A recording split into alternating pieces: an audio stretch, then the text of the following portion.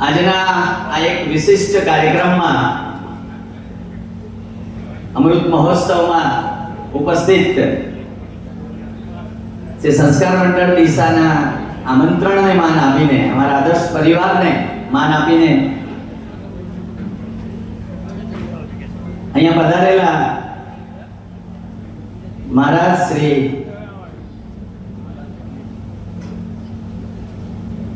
રવિ શરણાનંદજી મહારાજના ચરણોમાં વંદન કરું છું.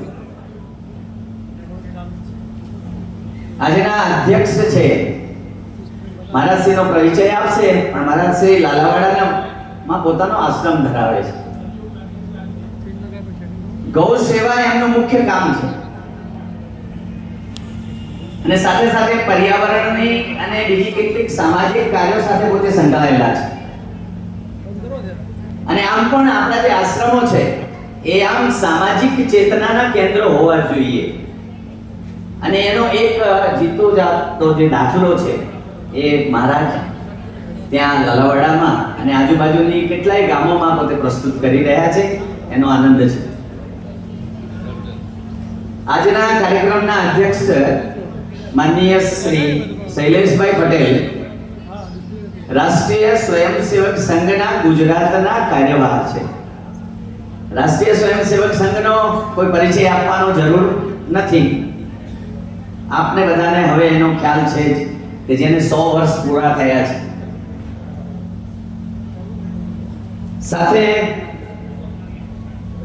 એમને મહારાજશ્રીની જમણી બાજુએ આજના કાર્યક્રમના જે ઉત્સવ મૂર્તિ છે, જેમનો આપણે આજે ગુણાનુવાદ કરવાનો છે, જેમની વંદના કરવામાં આપણે ભેગા થયા છીએ, એવા ડોક્ટર સી કે પટેલ સાહેબથી પણ કોઈ અજાણ નથી. સંસ્કાર મંડળ વતી આમ તો એ સંસ્કાર મંડળ અને સી કે પટેલ બંને ઓતપ્રોત થઈ ગયા છે એકબીજામાં, એટલે એમનું સ્વાગત કરવાની જરૂર હોય નહીં. સાથે એમના જમણી બાજુએ ધર્મપત્ની વીણાબેનનું પણ હું સ્વાગત કરું છું. આપણે વચ્ચે આપણા જે ડીસાના અત્યારે જેઓ પોતે અમદાવાદ ખાતે છે, ગુજરાત સરકારના ભૂતપૂર્વ મંત્રી રહી ચૂક્યા છે અને આપણા આદર્શ હાઈસ્કૂલની જે શરૂઆતમાં જેમણે પાયો નાખવામાં જેમણે ખૂબ ભગીરથ પ્રયાસ કર્યો છે એવા મેઘાણી સાહેબને કોણ ન ઓળખે. એમના બહેન દીકરી માયાબેન કોટનાની આપણી વચ્ચે ઉપસ્થિત છે. એમનું પણ હું સંસ્થા વતી સ્વાગત કરું છું. બીજી એક જે પ્રતિભા, આમ તો ઇન્ટરનેશનલ પ્રતિભા છે, આપણને બધાને ખબર છે, અદાણી ફાઉન્ડેશન અને અદાણી ગ્રુપ. કાલે જ એમનો મેસેજ આવ્યો કે હું પણ આ કાર્યક્રમમાં સંકલિત થવા માંગુ છું. પોતે આદર્શના વિદ્યાર્થીની રહી ચૂક્યા છે. સાથે સાથે એક સમાચાર એ પણ આપી દઉં, લગભગ બધાને ખબર તો હશે, પણ છતાં આપણા ગૌતમભાઈ અદાણી, માનનીય ગૌતમભાઈ અદાણી આપણી સ્કૂલના 5મા ધોરણના વિદ્યાર્થી રહી ચૂક્યા છે આદર્શના. એવા શિલીનબેન આપણી વચ્ચે ઉપસ્થિત છે અને અમને એનું ગૌરવ છે કે આપણી સ્કૂલના એ વિદ્યાર્થીને રહી ચૂક્યા છે અને આપણી જે નવી ઇંગ્લિશ મીડિયમની સ્કૂલ બની છે એમના ભૂમિદાતા તરીકે એમણે કોઈ પણ જાતની આનાકાની વગર આપણને 71 લાખ રૂપિયા એમણે સીએસઆરના ફંડમાંથી આપી દીધા. એટલે આપણા માટે એક બહુ જ આનંદનો પ્રસંગ છે કે એમણે, એ તો સ્ટેજ ઉપર બેસવાની ના પાડતા હતા અને પોતે આપણા ડીસાની અંદર 30-35 વર્ષ કે 40 વર્ષ સુધી જેમણે સેવા આપી છે, ડોક્ટર ધીરુભાઈ એમના સુપુત્રી છે. એક વિશેષ આનંદ એમનો છે, એટલે ધીરુભાઈનું પણ હું આ તબક્કે સ્વાગત કરું છું. આ કાર્યક્રમ ની અંદર આપણે જે ભેગા થયા છે, ડોક્ટર સી કે પટેલ સાહેબ વિશે બધા ઘણું બધું બોલવાના છે, કારણ કે એમની વાતો ખૂટે એમ છે જ નહીં. અહીંયા બેઠેલા મંચ આમાં હોલમાં બેઠેલા દરેકની પાસે એક એક વાત એવી હશે કે જે જો કહેવા જાય તો કદાચ અઠવાડિયું 10 દિવસ 15 દિવસ થઈ જાય. એટલે હું એના વિશે વાત નહીં કરું, પણ સંસ્કાર મંડળના મંત્રી તરીકે એમણે 12 વર્ષ સેવા આપી, ટ્રસ્ટી છે. આટલી ઉંમરે પણ નિયમિત ગુરુવારે અમારી જે બેઠક થાય છે એમાં નિયમિત પોતે આવે છે, અમને બધાને માર્ગદર્શન આપે છે અને એક્ટિવલી પાર્ટિસિપેટ થાય છે. સોમેશ્વર ટ્રસ્ટ હોય, લાયન્સ ક્લબ હોય, અંગદાનનું કામ હોય, શ્રીરામ ચેરિટેબલ ટ્રસ્ટ હોય, એટલી બધી સંસ્થાઓ સાથે પોતે કામ કરેલું છે. અઢળક સંસ્થાઓ સાથે કામ કરેલું છે, સેવાનું કામ કરેલું છે. જ્યારે સાહેબે આ કામ કરવાનું ચાલુ કર્યું હશે એમની યુવાવસ્થાએ, ત્યારે એમણે કઈ એ વિચાર સાથે ચાલુ નહીં કર્યું હોય કે મારો 75મો વર્ષ હું ઉજવીશ કે મારો ઉજવાશે. બહુ મહત્વની વસ્તુ છે. નહીતર તો અત્યારે આવા કાર્યક્રમો કરવા માટે પોતે સ્પોન્સર થાય અને બીજાને કહે કે તું આગળ થા અને આ કાર્યક્રમ કર. કારણ કે ઘણાના ગળાઓ એ હાર માટે તલસતા હોય છે, નેટવર્કો ગોઠવાતા હોય છે. એટલે સમાજની અંદર પણ આવા જે લોકો છે એવા લોકોનું સન્માન થવું જ જોઈએ. અલગ અલગ ક્ષેત્રમાં હોઈ શકે. એટલે કહ્યું છે ને કે 3 જગ્યાએ 3 માણસમાં 3 હોય વસ્તુઓ, તો એ માણસનું સન્માન થવું જોઈએ. મને કહેજો સાહેબ. એક તો માણસ યોગ્ય હોવો જોઈએ, માણસ અપેક્ષા રહિત હોવો જોઈએ, કે જે માણસ ખરેખર એના ક્ષેત્રમાં કામ કરેલું હોવો જોઈએ, કોઈ પણ અપેક્ષા રહિત એવા માણસોનું સન્માન થવું જ જોઈએ. સમાજ એ કરવો જ જોઈએ. બીજું છે ભોગ્ય. સમાજે જેમણે ભોગવ્યા છે, સમાજે જેણે ભોગવ્યા છે એવા લોકોનું પણ સન્માન થવું જોઈએ. અને ત્રીજા લોકો એ છે કે જે છાંદોગ્ય આપણે કહીએ ને કે ઉપનિષદ જેવું જેમનું જીવન હોય, મહારાજ શ્રી બેઠા છે આપણી વચ્ચે, કે જેમનું જીવન પવિત્ર હોય એવા લોકોનું સન્માન સમાજે અવારનવાર અલગ અલગ ક્ષેત્રમાં કરવું જ જોઈએ.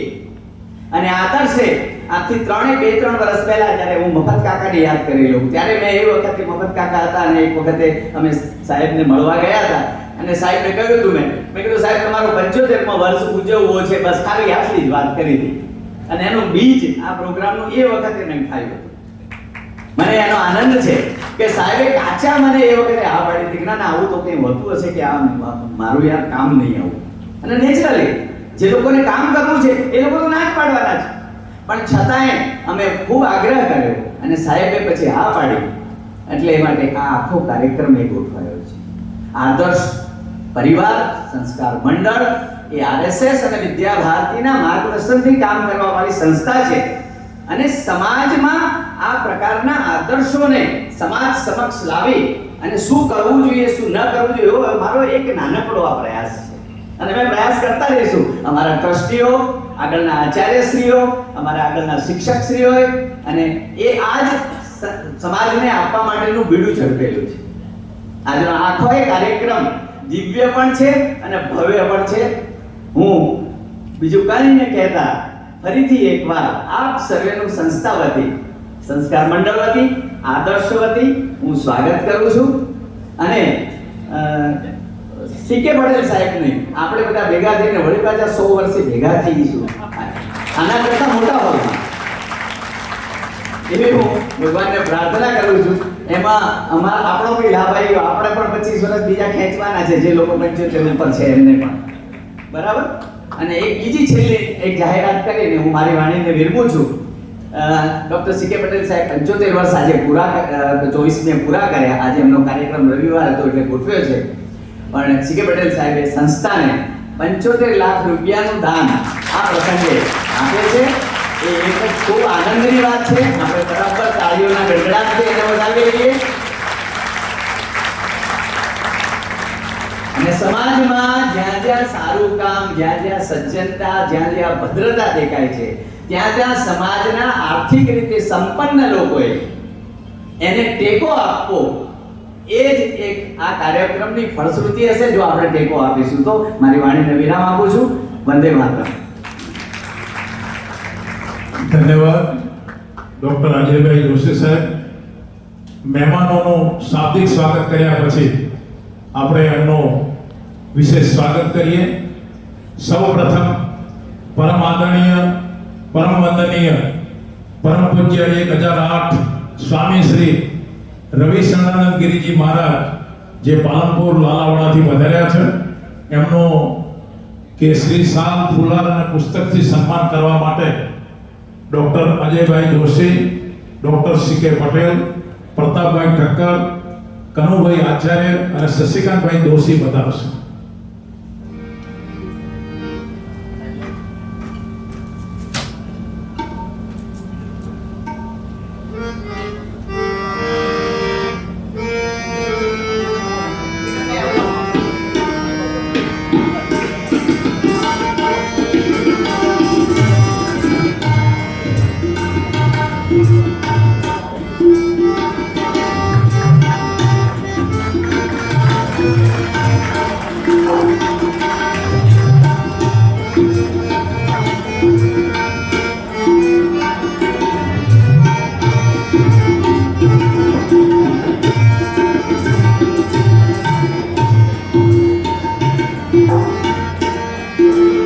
ધન્યવાદ.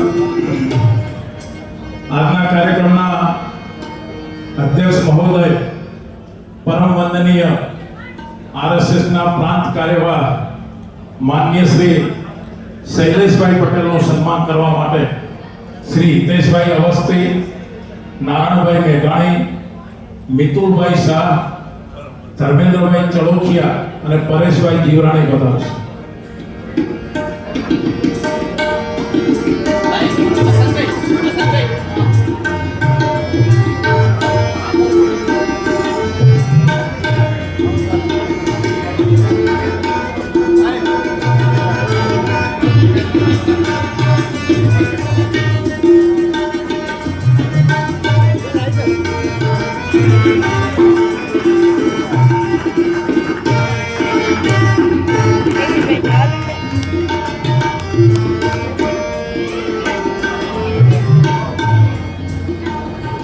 ધન્યવાદ. માનનીય મંત્રી શ્રી પ્રવીણભાઈ માળી સાહેબ આવશે એ સમય એમનું સન્માન કરીશું.